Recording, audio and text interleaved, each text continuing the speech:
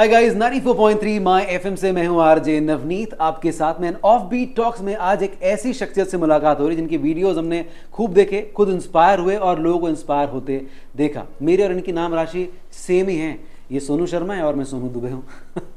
सबसे पहले सर बहुत बहुत स्वागत है आपका इस टॉक शो में जिसका नाम है टॉक शो विद नवनीत। बहुत बहुत शुक्रिया दुबे जी। धन्यवाद सर। धन्यवाद। सर मुझे बताइए कि इंदौर आप इसके पहले बहुत बार आए हुए हैं। इंदौर बिजनेस प्रोस्पेक्ट से आप किस तरह से देखते हैं? बिकॉज जिस तरह से इंदौर डेवलप हो रहा है मेरे ख्याल से है अपॉर्चुनिटीज़ यहाँ पे।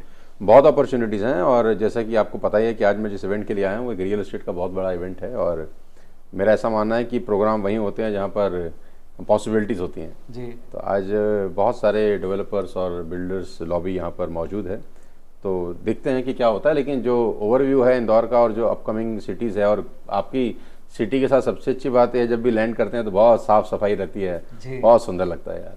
कॉन्ग्रेचुलेशन टू ऑल इंदौरीज जितने भी लोग। बहुत बहुत बहुत धन्यवाद इस प्यार के लिए। माय क्वेश्चन इज, क्या आप किसी ऑफिस को पॉलिटिक्स फ्री इमेजिन कर सकते हैं? अगर कर सकते हैं तो एक मैनेजमेंट की लीडर की क्या भूमिका होनी चाहिए उसमें? सब कुछ हो सकता है दुबे जी, ऐसा कोई पॉसिबिलिटीज़ नहीं है कि ये नहीं हो सकता, सब कुछ हो सकता है। लेकिन बहुत सारे क्या कहते हैं चीज़ें उसके अंदर देखने की ज़रूरत है कि देखो जहाँ पर एक बहुत ज़्यादा पैसे का लेन देन होगा ना वहाँ पर थोड़ा बहुत ये क्या बोलते हैं आपको, जिसको आप पॉलिटिक्स बोलते हैं जी, वो रहता ही है। मतलब मैं उसको प्रॉपर पॉलिटिक्स नहीं बोलता, मैं उसको किसी का आगे बढ़ना किसी का पीछे होना ये सब ऐसा नज़रिए से देखता हूँ। लेकिन हाँ, ऐसा हो सकता है कि आप किसी भी ऑफिस के अंदर काम करें और जहाँ पॉसिबिलिटी की मतलब पॉलिटिक्स की पॉसिबिलिटीज ना के बराबर हो सकता है, बिल्कुल हो सकता है। क्या क्या किया जाना चाहिए कि एक लीडर क्या उसमें रोल निभाए? देखो एक लीडर का रोल ये है कि जब भी वो किसी ऑफिस के अंदर काम, जैसे मैं आपको अपना बताता हूँ कि हम लोग क्या करते हैं जब आप पीपल बिजनेस के अंदर होते हैं और लोगों के साथ काम कर रहे होते हैं तो आप कभी भी किसी एक को दूसरे के ऊपर तवज्जो ज़्यादा ना दें। और ये इसलिए भी ज़रूरी है कि कौन सा व्यक्ति कब कहाँ आके आगे निकल जाए, कौन आज पीछे है, कौन आगे हो जाए, पता नहीं चलता। होता क्या है पॉसिबिलिटीज़, मतलब ऑफिसेज में क्या होता है, जो अच्छा बिजनेस कर रहा होता है या जो अच्छी आउटपुट दे रहा होता है हम लोगों का प्यारा हो जाता है वो, और हम लोग उसको साइडलाइन कर देते हैं जो कम बिजनेस कर रहा है या कम आउटपुट दे रहा है, ये रिजल्ट जिसके कम है। लेकिन समय है ना, वो बदल जाता है तो कुछ नहीं पता चलता कि कौन अच्छा कब नीचे हो जाए, कौन नीचे कब। तो as a boss, as a manager, as an entrepreneur आपको ये समझना बहुत ज़रूरी है कि आपको एक नज़र से दोनों को देखना है। हाँ, दोनों का सैलरी अलग हो सकता है, दोनों का आपका लेवल अलग हो सकता है, लेकिन अगर आप खुद ही डिस्क्रिमिनेशन शुरू कर देंगे तो ऑफिस में ऑटोमेटिकली डिस्क्रिमिनेशन स्टार्ट हो जाता है। तो बेटर ये है कि आप एक नज़र से सबको देखें। सबके रोल्स अलग अलग हो सकते हैं, सबके आउटपुट अलग अलग आ सकते हैं, लेकिन आपकी नज़र में दोनों लोग अलग अलग नहीं होने चाहिए अकॉर्डिंग टू मी, क्योंकि हर टीम वर्क में हर किसी का अपना एक योगदान है। जो काम सुई कर सकती है वो तलवार थोड़ी ना कर सकती है, तो दोनों का अपना अपना रोल है यार। तो पॉलिटिक्स खत्म हो जाती है ऐसा तो नहीं कहूँगा, लेकिन आप इसको काफ़ी हद तक कंट्रोल कर सकते हैं अगर आप सबको बराबर तरीके से देखें, टेक केयर करें और सबकी प्रॉब्लम्स को इक्वली एड्रेस करें। तो राइट, आपने सचिन के ऊपर एक वीडियो किया था, बड़ा पॉपुलर रहा वो। लेकिन अगर हम देखें क्रिकेट से अगर लाइफ के कुछ लेसन्स लिए जा सकते हैं तो कौन से 3 लेसन्स हैं जो हमें क्रिकेट बहुत सारे लेसन्स हैं यार क्रिकेट के साथ, तो बहुत सारे लेसन्स हैं। और सबसे बड़ी बात है कि क्रिकेट का सबसे बड़ा लेसन ये है कि बड़े से बड़ा प्लेयर भी आउट ऑफ फॉर्म हो जाता है जी। अभी विराट कोहली को देख लीजिए, अभी उसने कुछ दिन पहले ही स्टेटमेंट पास किया था कि मैं भी एक ऐसे दौर से गुजरा हूँ जहाँ पर मुझे ही समझ में नहीं आ रहा था कि क्या हो रहा है। तो जब विराट कोहली ऐसा व्यक्ति ऐसे दौर से गुजर सकता है तो मुझे लगता है कि हर आदमी को ये बात क्रिकेट से सीखनी चाहिए कि अप एंड डाउन लाइफ का एक पार्ट है। तो वो डिप्रेशन आपको आ जाए और आप परेशान हो जाएं, ऐसा मतलब ठीक नहीं है। बड़े से बड़े लोग की जिंदगी में डाउनफॉल आता है और क्रिकेट का सबसे बड़ा उदाहरण है। और क्रिकेट का सबसे अच्छा ये उदाहरण मुझे ऐसा लगता है कि आज आपने 100 बनाए, अगले दिन आप 0 पे आउट हो जाते हैं। तो क्रिकेट आपको बता देती है कि कुछ भी हो सकता है, कभी हर दिन एक सा नहीं है, हर दिन एक सा नहीं होता। और आप इस गुमान में नहीं रह सकते कि मैंने 100 बना दिया तो हमेशा टॉप पे रहूंगा। अगले दिन आपकी विकेट बाहर निकल सकती है और इतनी दूर गिर सकती है कि आपको अंदाजा भी ना हो। तो क्रिकेट का सबसे पहला लेसन ये है कि जिंदगी में उतार चढ़ाव आते रहते हैं, तो टेंशन लेने का जरूरत नहीं। दूसरी चीज जो क्रिकेट से आपको सीखने की जरूरत है और वो ये है कि आपको बहुत सुप्रीम प्रैक्टिस की जरूरत है अगर आप 150 की स्पीड से गेंदबाजी को खेलना चाहते हैं, क्योंकि वहां पर कोई हलवा बॉलर नहीं आता है ना कि आपको ऐसे फेंक देगा और फुल टॉस और आप आउट छक्का मार देंगे, वो भी तैयारी करके आ रहा है। तो लाइफ आपको चैलेंज अच्छे खासे ही फेंकेगी और आपको याद भी तभी रखा जाएगा जब आप अच्छे वर्ल्ड क्लास बॉलर को फेस करेंगे। 10-20 रन बनाएंगे आपको कौन याद रखेगा, लारा ने 400 बनाए टेस्ट क्रिकेट में, उसको आज तक याद रखा जाता है ना। तो बड़ी चुनौतियां आपको बड़ा रिकॉग्निशन भी देती हैं। आपने हर बार 10 रन स्कोर कर दिए तो नोबडी विल रिमेंबर यू। आपने स्कोर कर दिए 100 शतक तो आपको सब याद रखेंगे सचिन तेंदुलकर की तरह। तो क्रिकेट में ये दूसरी चीज सीखने को है कि आपको अगर बड़े चैलेंजेस आते हैं और आप ओवरकम करते हैं तो आपका बड़ा नाम होता है। बहुत सारी चीजें यार। तीसरा तो क्रिकेट में सेल से बहुत कनेक्ट करता हूँ क्रिकेट को। हाँ, कि क्रिकेट और सेल्स नंबर गेम है। ये सारा का सारा खेल नंबर का है। अगर आप 5-10 ओवर करते हैं और 6 बॉल 1 ओवर के हिसाब से 60 गेंदे फेंकते हैं तो 60 गेंदों में अगर आपको 3 या 4 विकेट मिल जाते हैं या 5 मिल जाते हैं तो आप मैन ऑफ द मैच हैं।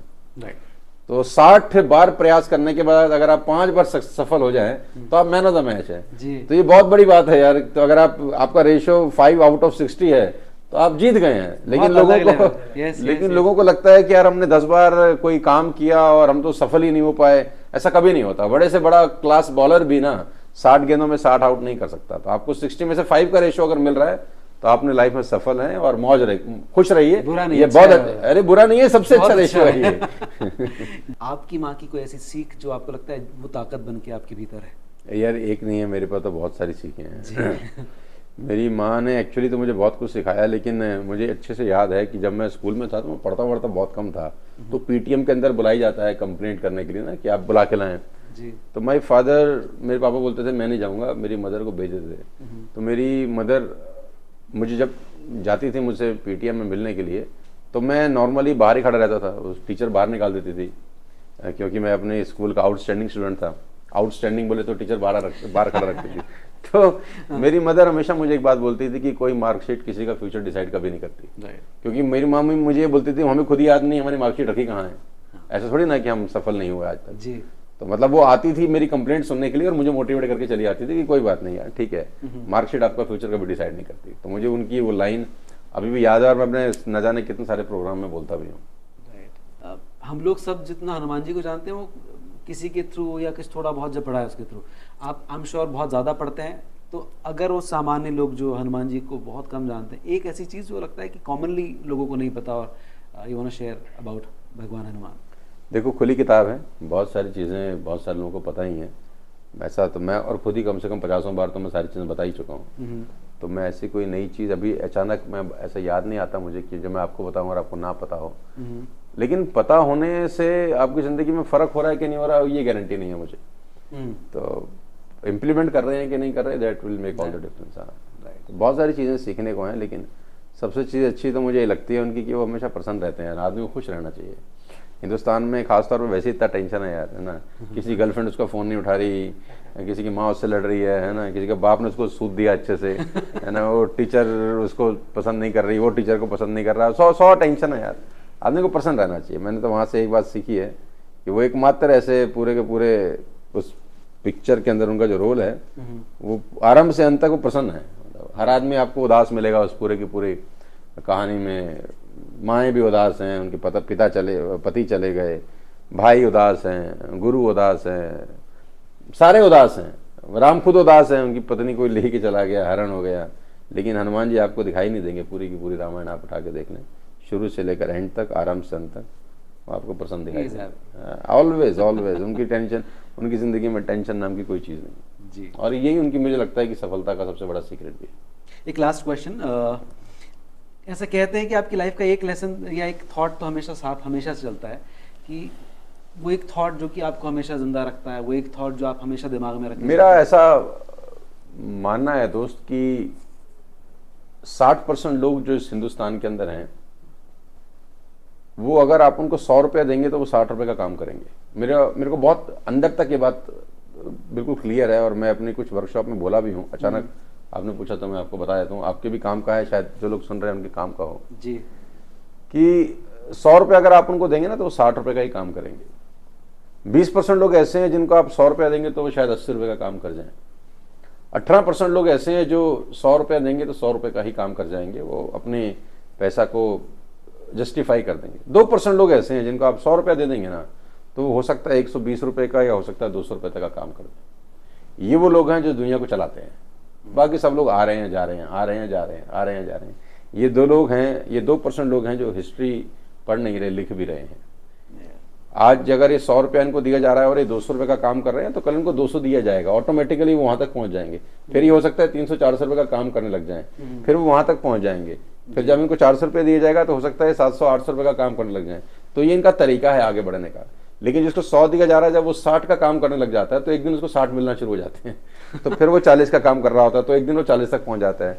तो फिर ऐसे वो गिरता चला जाता है, और जो ऊपर जा रहा है वो इसी तरह से बढ़ता हुआ चला जाता है। तो मेरी खोपड़ी में बहुत सेट है कि आपको जितने पैसे मिलते हैं आपको उससे ज़्यादा का काम करना चाहिए।